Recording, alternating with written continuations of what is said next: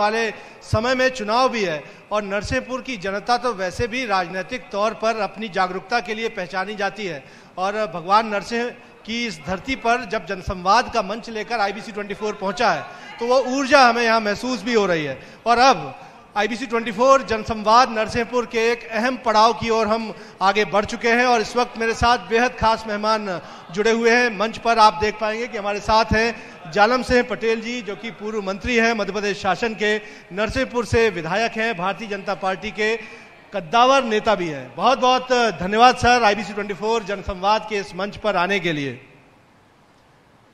तो सर, पहला सवाल तो मैं आपसे यही लेना चाहूंगा कि क्या मैं मध्य प्रदेश के आगामी भावी मंत्री से बात कर रहा हूं? भारतीय जनता पार्टी कार्यकर्ता आधारित पार्टी है और सारा जो निर्णय है संगठन करता है। संगठन जो चाहेगा वो होगा। लेकिन आप तक भी वो खबरें पहुंची होंगी कि चूंकि कैबिनेट विस्तार होना है, महाकौशल, विंध्य, बुंदेलखंड, और आप तो एक ऐसा कैंडिडेचर है आपका जो महाकौशल के साथ साथ बुंदेलखंड की सियासत को भी साध रहा है, नाम आपका आगे है। मैं ऐसा मानता हूं कि भारतीय जनता पार्टी का जो विचार है वो अंत्योदय का हमारा एक विचार है और उस विचार के साथ तो हम जनता के बीच में जाके काम करते हैं। और मैंने वैसे कहा जो कार्यकर्ता जो हमारा है सेवा भाव लेके वो जनता के बीच में जाता है और उस आधार पर सतत सरकार में हम सत्ता में रहें ना रहें, पदों पर रहें ना रहें, मगर सेवा हमारा संकल्प, इसलिए इन सब चीज़ें ज़्यादा फर्क नहीं पड़ता। दरअसल सियासत का ये हम कहें कि अभी जो पैटर्न है या जो अभी दौर है वो इसलिए भी चर्चाओं में है क्योंकि महाकौशल की सियासी उपेक्षा के आरोप लगातार विपक्षी कांग्रेस पार्टी लगाती आई है और ये कहा जा रहा है कि अब जबकि चुनाव हो रहे हैं तो डैमेज कंट्रोल करने की कोशिश की जा रही है। जो प्रतिनिधित्व कमलनाथ जी ने महाकौशल को दिया था वो आपने दिया नहीं और जब चूंकि वो इशू बन चुका है इसीलिए थोड़ा सा डैमेज कंट्रोल किया जा रहा है। महाकौशल में कोई ऐसा इशू नहीं है। महाकौशल से कमलनाथ जी मुख्यमंत्री थे और वो फेल मुख्यमंत्री निकले, तो इसलिए कोई अलग से कोई ऐसे कहने की आवश्यकता नहीं है। वो बोलते हैं कि छिंदवाड़ा मॉडल, कांग्रेस के बंधु बोलते छिंदवाड़ा मॉडल हमने लागू किया है। मैं आप सबके चैनल के माध्यम से बताना चाहता हूँ कि नरसिंहपुर जिले में जो खेती का काम हमारा होता है, अगर छिंदवाड़ा के बंधु ना आए तो हमारा खेती काम नहीं होगा। मतलब पलायन वहाँ लगातार होता है, पलायन वहाँ कोई ऐसे रोजगार नहीं, सिर्फ वो प्रचार प्रसार है, कमलनाथ जी का प्रचार प्रसार है, बाकी वहाँ वो उनके रहते हुए लोगों को लाभ नहीं पहुँचा है, ऐसा मेरा मानना। और जहाँ तक महाकौशल की बात है तो इस बार लगभग 35-36 सीट भारतीय जनता पार्टी के महाकौशल क्षेत्र में आपके चैनल के माध्यम से मैं कह रहा हूँ और ये बात अब सिद्ध होगी।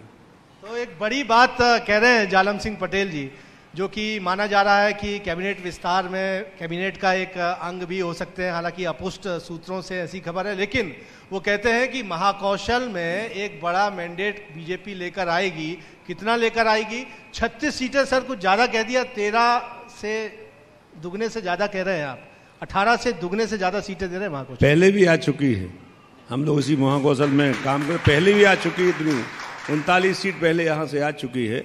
और मेरा भी कहना अभी चुनाव दूर है, हो सकता और बढ़ जाए। मैंने जो कहा उससे एक सीट कम नहीं होगी, बढ़ेगी जरूर। अच्छा सर, जातिवाद की सियासत को आप कितना उचित मानते हैं? ये तो सियासत के लिए भी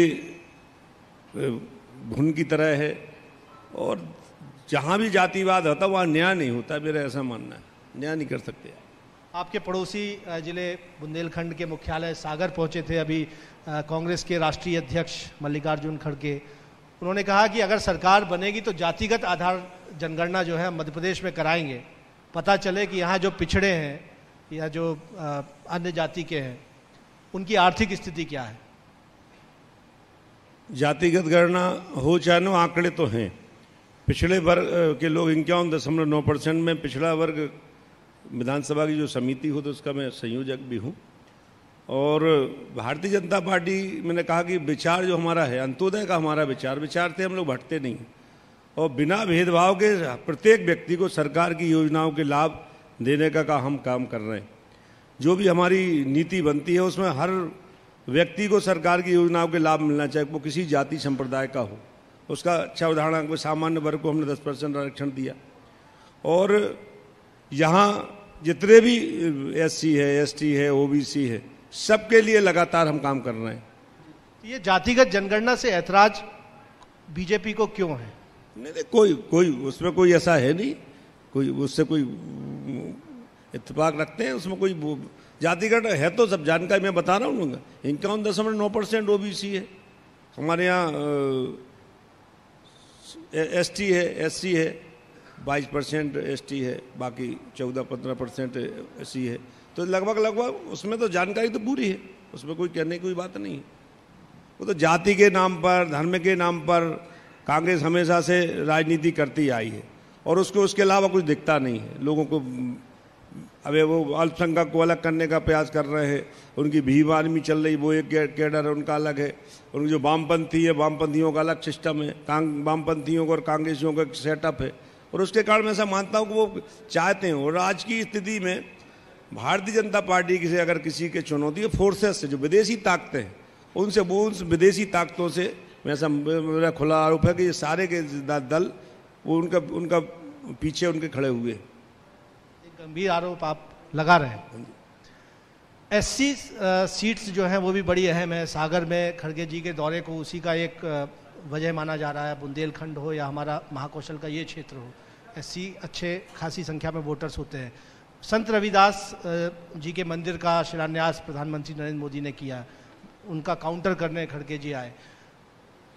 ये बुंदेलखंड पर इतना फोकस क्यों लगता है? संत रविदास जी का लोग 100 करोड़ की राशि से हम मनवा रहे हैं। संत रविदास जी, और संत रविदास उस काल के संत हैं जब वहाँ धर्म की कोई बात नहीं कर, मुगलों के समय मुगलों का अत्याचार और कोई सारे हमारी धार्मिक संस्थानों पर, मंदिरों पर, हमारी संस्कृति पर हमला हुए हैं। और इतने महान संत कि मीराबाई की वो गुरु है। और मगर कांग्रेस ने वोट तो ली है जाति के नाम पर, संत जी के नाम पर, मगर आज हम कह सकते हैं कि कितने सामायिक वो उस समय के संत थे। उन्होंने अपने कविता के माध्यम से, कहानी के माध्यम से, और समरसता का एक भाव उन्होंने हम सबको दिया है। वो संदेश दिया। आपके विधानसभा में साथी विधायक है लखन घनघोरिया, जो तत्कालीन सामाजिक न्याय मंत्री भी थे। वो कह रहे हैं कि संत रविदास जी के मंदिर निर्माण का झूठा क्रेडिट गवर्नमेंट ले रही है। हमने तो कमलनाथ सरकार में रहते हुए ऐलान कर दिया था, लेकिन हमारी सरकार गिरा दी गई, इसलिए नहीं बना पाया। अब इस प्रदेश में तो लगभग 55 साल तो कांग्रेस की सरकार रही। 55 साल में क्यों नहीं बनाया उनने? जब हम घोषणा हो गई, बन रहे, काम लग गया, और देश के प्रधानमंत्री कह गए कि मैं इसके लोकार्पण में भी आऊँगा, अगली बार 1-1.5 साल के अंदर उसका निर्माण पूरा हो जाएगा। तो जो तो कहने के लिए बात है वो तो। अच्छा सर, ये तो रविदास मंदिर निर्माण की बात हो गई, लेकिन हम कहें कि प्रखर हिंदुत्व की दिशा में भी सियासत जो है बड़े तेजी से कदम ताल कर रही है। हनुमान लोग भी छिंदवाड़ा में जाकर आपकी सरकार बनाने जा रही है। 314 करोड़ रुपयों की लागत से जाम सावली में हनुमान लोग बनना है। इससे पहले हमने भोपाल में देखा कि किस तरह से नए नए लोग बनाए गए, नर्मदा लोग बनाने की भी तैयारी है। तो राजनीति जिस तरह से धार्मिक तौर पर या हिंदुत्व की ओर आगे बढ़ रही है, वहाँ पर कांग्रेस के जब नेता पूजा पाठ करते हैं तो आप लोग सवालिया निशान लगाते हैं। ये पॉलिटिक्स को किस तरह देखते हैं? जितने भी भगवान राम ने भारत भूमि में जन्म लिया, भगवान कृष्ण ने अमेरिका में तो लिया नहीं, भारत ही में लिया है। वो जितने भी हमारे देवी देवता हैं, इनके स्थान हैं, वो सारे के सारे भारत में। अब कांग्रेस की गलती कहें, उस समय बहुत सारे अखंड भारत की हमने कल्पना करी, अखंड भारत होना चाहिए, हमारे बहुत सारे भारत माता के बहुत सारे हिस्से तोड़ दिए गए, और कांग्रेस की गलत नीतियों के कारण ये सब हमारे साथ जो हुआ है। तो हम ऐसा मानते हैं कि और भारत हमेशा विश्व का नेतृत्व करने वाला है, और वो स्थिति आज वर्तमान में, आज युवाओं का देश है। संपूर्ण विश्व का 40% हमारे देश में युवा है, और विश्व की सबसे बड़ी जनसंख्या वाला हमारा देश हो गया है। और भारत की बात करें 60% देश में युवा है। आज हम कह सकते हैं कि 1000 साल तक हमारा देश अगर गुलाम था, तो हम 1000 तक, मोदी जी ने कहा कि 1000, आज की परिस्थिति में जो हमारे पास जो ताकत है, जो ऊर्जा है, उसके माध्यम से 1000 वर्ष तक पूरा देश को, विश्व का नेतृत्व कर सकते हैं, और वो हमारे पास ऊर्जा है अपने पास। युवाओं के लिए दिशा में ही अगर आपने जवाब दिया है, तो उससे पहले एक जवाब उस सवाल से ले लेता हूं जो मैंने आपसे पूछा था कि हिंदुत्व को लेकर सियासत यहाँ पर खासी गरमाई हुई है 2023 के चुनाव पे, और कांग्रेस के नेता जब मंदिर जाते हैं या किसी तरह का ऐसा कार्यक्रम करते हैं तो तकलीफ क्यों होती है? क्योंकि हमने देखा कि चुनावी हिंदू करार दे दिया जाता है उनको। नहीं, श्रद्धा से जाना, अभिनय करना। हम लोग देखते हैं कि भगवान कोई राम का कोई अगर स्वांग रच ले तो उसको भगवान राम तो नहीं है, वो भगवान राम स्वांग अलग बात है, जिसको बहरूपिया कहते हैं। बहरूपिया कह रहे हैं स्वांग रचा जा रहा है। तो स्वांग में मैं कह रहा हूँ, श्रद्धा से कोई कर रहा तो उसमें कोई रोक टोक नहीं है, उसको दिखावा भी नहीं है। दिखावा, और कोई पूजा पाठ में दिखावा की जरूरत तो पड़ती नहीं। श्रद्धा से जो व्यक्ति करता है उसके लिए दिखावा की कोई आवश्यकता नहीं कि हम जनेऊ पहन लें, तिलक लगा लें। मैं रोज पर तिलक लगाता हूँ तो लगाता हूँ, तो वो है, वो पूजन करना तो करता हूँ, करना है मतलब। अब उसमें दिखाने के लिए कि वो ये सब करेंगे, तो ये सब चुनावी और खुद करने से बहुत अंतर है इसमें। इधर युवाओं की आपने बात की सर, नरसिंहपुर की हम बात करते हैं। युवाओं का बड़ा कंसर्न है कि उनके क्षेत्र में ही उन्हें बड़े रोजगार मिल पाए, यहाँ इंजीनियरिंग कॉलेज की स्थापना हो, यहाँ मेडिकल कॉलेज की स्थापना हो। इसकी दिशा में आपके प्रयास क्या है? क्योंकि ये मांगे बहुत सी ऐसी कुछ हैं जो एग्जिस्ट तो कर रही हैं लेकिन पूरी भी नहीं। जहाँ तक मेडिकल कॉलेज की बात है तो प्रत्येक प्रदेश के प्रधानमंत्री जी ने कहा प्रत्येक जिले में मेडिकल कॉलेज खुलेगा, और अभी सिवनी में भी हो गया। सिवनी का छिंदवाड़ा जब उनकी सरकार में, तब सिवनी का उठा के ले गए, फिर मुख्यमंत्री ने वहाँ बना दिया। नरसिंहपुर रह गया है, इसमें 35 एकड़ ज़मीन लगभग उसकी चिन्हित हो गई है जो कठौतिया के पास है। हमने अभी एग्रीकल्चर कॉलेज की भी डिमांड कही है। और जहाँ तक इंजीनियरिंग कॉलेज की बात करें तो बहुत सारे इंजीनियरिंग कॉलेज बंद हो रहे हैं। आप भी देख रहे हैं कि बहुत सारे एक ऐसा समय आया कि वो, और इसलिए ज़्यादा उस पर तो नहीं जा रहा हूँ। मैंने एग्रीकल्चर कॉलेज और इंजीनियरिंग कॉलेज की, अपना मेडिकल कॉलेज की मैं बात कर रहा हूँ, मुझे ज़रूर दोनों यहाँ खुलेंगे। यहाँ पर सर गन्ना उत्पादक भी किसान हैं, अपने आप में स्थानीय अर्थव्यवस्था की रीढ़ हम उन्हें मान सकते हैं। गन्ना अनुसंधान केंद्र स्थापित करने और यहाँ पर ही शोध के बाद अच्छा सीड यहाँ पर डेवलप हो पाए, वो मांग भी अधूरी है। और एक सहकारी शुगर मिल की भी मैं जब यहाँ पर आया, लोगों से बातचीत की, किसानों से, वो एक मांग लंबे समय से लंबित है कि कोई सहकारिता के आधार पर शुगर मिल आए और ये गन्ना शोध संस्थान यदि यहाँ बेहतर तरीके गन्ना, अब आपसे जिसने भी कहा, गन्ना शोध संस्थान यहाँ है, जो बोहानी है गांव है, वहाँ 60 एकड़ जमीन गन्ना का शोध वहाँ हो रहा है, बाकायदा वहाँ वैज्ञानिक है, और बीज के बन रहे हैं, बाकायदा वहाँ शोध हो रहा है, और उसमें वैरायटी वगैरह उसमें बनाई जा रही है। दूसरा हमारा पवारखेड़ा में भी है, 2 सेंटर हैं वो, उसमें राशि भी प्रदान की जा रही है। गन्ना काटने के लिए ऐसे हार्वेस्टर के लिए 60 लाख की राशि उसमें सब्सिडी उसमें प्रदान उसमें भी की जा रही है। तो उसमें मैं ऐसा मानता हूँ कि उसके लिए लगातार काम किए। हम कहें कि क्लस्टर अपने आप में एक बिजनेस का एक मॉडल होता है कि एक क्लस्टर, जैसे आपके नरसिंहपुर का गुड़, करेली का गुड़, ये अपने आप में 1 डिस्ट्रिक्ट 1 प्रोडक्ट के तहत भी बहुत कुछ हो सकता है। तो क्लस्टर के आधार पर इस उद्योग को बड़े स्तर पर खड़ा करने के लिए क्या स्कीम्स हैं? गुड़ तो कोई उद्योग में नहीं बनता, गुड़ तो एक छोटा सा सिस्टम बनता है उसमें, और एक जिला एक उत्पाद में गुड़ है और एक जिला उत्पाद में राहर है, 2 राहर की दाल है, दोनों हमारे जिले में उसमें चिन्हित है दोनों, और दोनों एक्सपोर्ट भी की जा रही है। दुगनी जो जितने हमारे स्वसहायता समूह हैं, जितने एफपीओ हैं, तो हमारे यहाँ 7 एफपीओ, उसके माध्यम से गुड़ भी पहुँचा रहे हैं, और भोपाल में भी लग रहे हैं। बाकी हम स्टेशनों पर भी गुड़ और दाल दोनों काउंटर लग के और वहाँ बेचा जा रहा है, तो उसके लिए लोगों को उसका लाभ हो रहा है। इधर सर सियासी तौर पर हम बात करते हैं तो महाकौशल का एक प्रमुख जिला नरसिंहपुर भी है, और पिछली बार हम देखते हैं कि 4 में से 3 सीटें जो है कांग्रेस पार्टी यहाँ से जीत कर ले गई थी। इस बार क्या आप लोगों का रोड मैप है? पिछली बार तो कांग्रेस झूठ बोलने में बहुत तेज, बहुत भयंकर झूठ बोलते हैं, और उन्होंने सबको बताया 2 लाख का कर्जा माफ़ कर देंगे, हर किसान का 2 लाख का कर्जा माफ़, फार्म नीले पीले हरे सब भरवा दिए, 4000 युवाओं को देंगे, और पता सरकार बनने के बाद एक पैसा नहीं दिया। किसानों को जरूर डिफाल्टर कर दिया। 2100 करोड़ की राशि, अभी अंतर की राशि जो डिफाल्टर किसान है, 2 लाख तक जिनका कर्जा था वहाँ तक की राशि हमारे मुख्यमंत्री जी ने डाल दी। और वो किसान, और हमारे ज़िले की अगर बात करें तो हमारे ज़िले में लगभग 29 करोड़ के आसपास राशि 9000 किसानों को डाली गई है। तो ये अंतर है कांग्रेस में। कृषि न्याय योजना भी का भी ऐलान किया है कांग्रेस ने इस बार कि सरकार अगर बनती है तो कृषि न्याय योजना होगी, बिजली बिल जो है पूरी तरफ से माफ़ हो जाएंगे और आम लोगों के तो हाफ करने की बात। दिग्विजय सिंह जी ने एक बार बिजली माफ़ करी तो सब बिजली साफ हो गई थी। एक बार बिजली वो तो बिजली मिलते ही नहीं थी। 24 घंटे बिजली व्यक्ति के लिए सपना थी। आज हम सरप्लस बिजली है। तो बिजली माफ़ करना, बिजली बंद कैसे रही है भाई? हॉडल पावर कितना भयंकर महंगा है। तो इसके लिए हम दूसरे रास्ते भी ग्रीन एनर्जी की तरफ हम जा रहे हैं।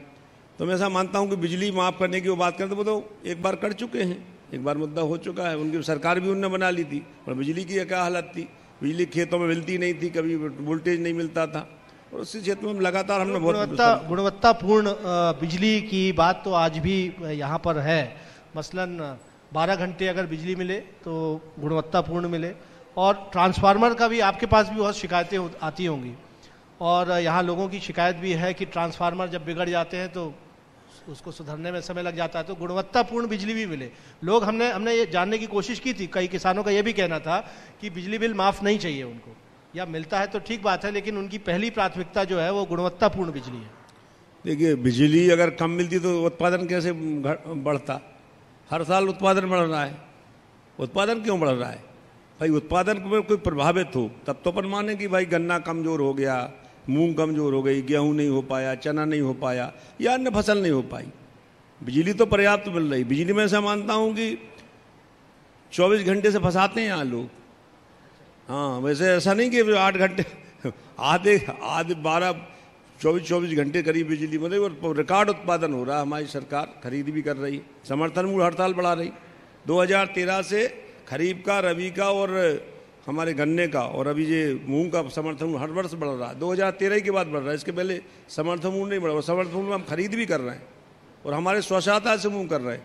इनमें बहुत सारे उनको लाभ, महिलाओं को लाभ प्रदान हो रहा है उससे। 18 में सर किसान जो था वो एक अहम फैक्टर साबित हुआ था। तो इस बार आपको लगता है कि किसानों का साथ जो है वो आपके साथ? किसान हमारे साथ पहले भी था। वो तो 2 लाख के चक्कर में कुछ यहाँ वहाँ हो गए थे। और मैं ऐसा मानता हूँ कि अब 2013 का रिकॉर्ड टूटेगा पूरे प्रदेश में और हमारे ज़िले में, ऐसा मेरा मानना है।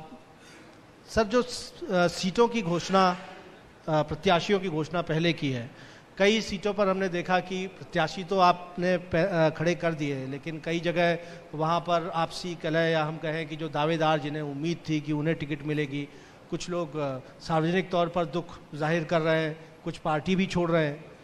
तो ये मैनेजमेंट एक चुनौती होगी? पार्टी ने जो निर्णय किया वो सोच समझ के निर्णय किए हैं। और अब 10 लोग मांगते हैं तो एक ही को मिलेगी, 9 को तो नहीं मिलेगी। मगर ऐसे समय पर्याप्त है। और भारतीय जनता पार्टी के जो कार्यकर्ता है वो यहाँ वहाँ नहीं भागता, नाराज़ हो जाएगा मगर वो रहेगा भाजपा पार्टी के साथ। ऐसा हमने अभी तक देखा है।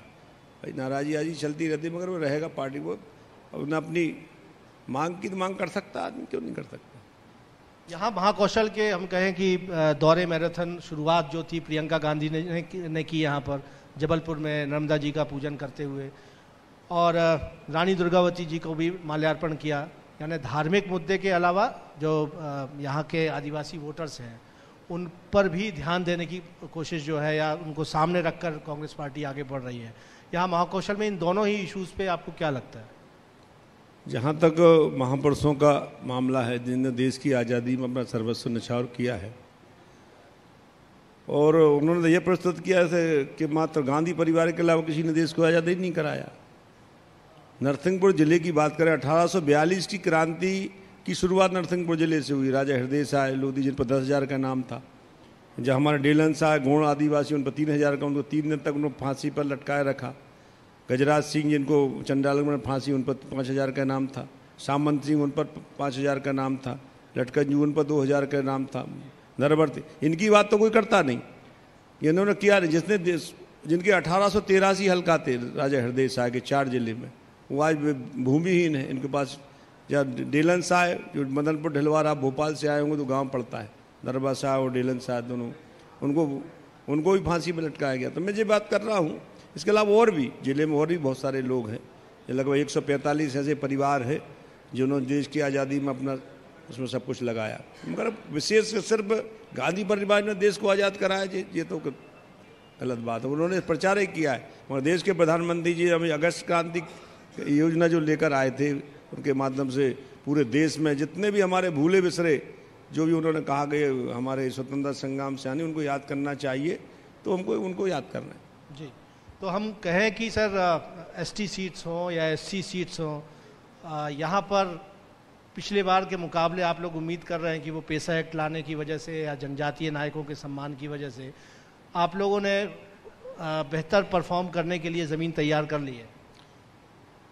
एसटी हमेशा से हमारे साथ रहा है और लगातार हमको सीट भी उसमें वो दे रहे हैं।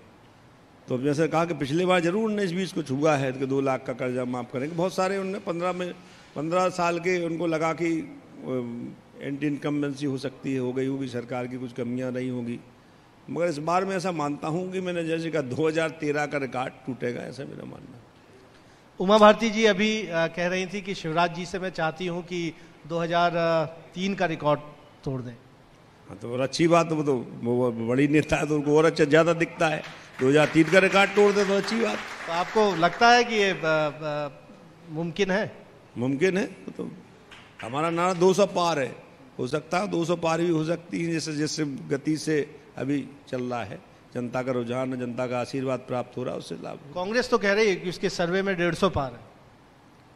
कांग्रेस तो 50 के आसपास आएगी, सबसे कम आएगी इस बार भी लग रहा है। तो देखिए दावा है ये। बहुत बहुत धन्यवाद सर। पूर्व मंत्री और नरसिंहपुर के विधायक बीजेपी के बड़े नेता जालम सिंह पटेल जी से हमने बातचीत की। वो कह रहे हैं कि एक बेहतर मैंडेट लेकर बीजेपी इस बार फिर सरकार बनाएगी। हालांकि तमाम मुद्दे जो अक्सर सवाल पूछे जाते हैं बीजेपी के नेताओं से, बड़े नेताओं से, वो भी हमने इस मंच से पूछने की कोशिश की है, जिनका बेबाक जवाब इस मंच से जालम सिंह पटेल ने दिया है। और हम कहें कि नरसिंहपुर जनसंवाद का ये आखिरी सेशन था जिस पर हमने नरसिंहपुर से विधायक और पूर्व मंत्री जालम सिंह पटेल से खास बातचीत की और जनसंवाद के जरिए हमने जनता के सवालों को उनके जनप्रतिनिधियों से पूछने का प्रयास किया है। और जनसंवाद का ये सिलसिला लगातार मध्य प्रदेश के बाकी जिलों में भी जारी रहेगा। नरसिंहपुर जनसंवाद में आज इतना ही। फिलहाल मुझे और मेरी पूरी टीम को दीजिए इजाजत। आप देखते रहिए IBC 24।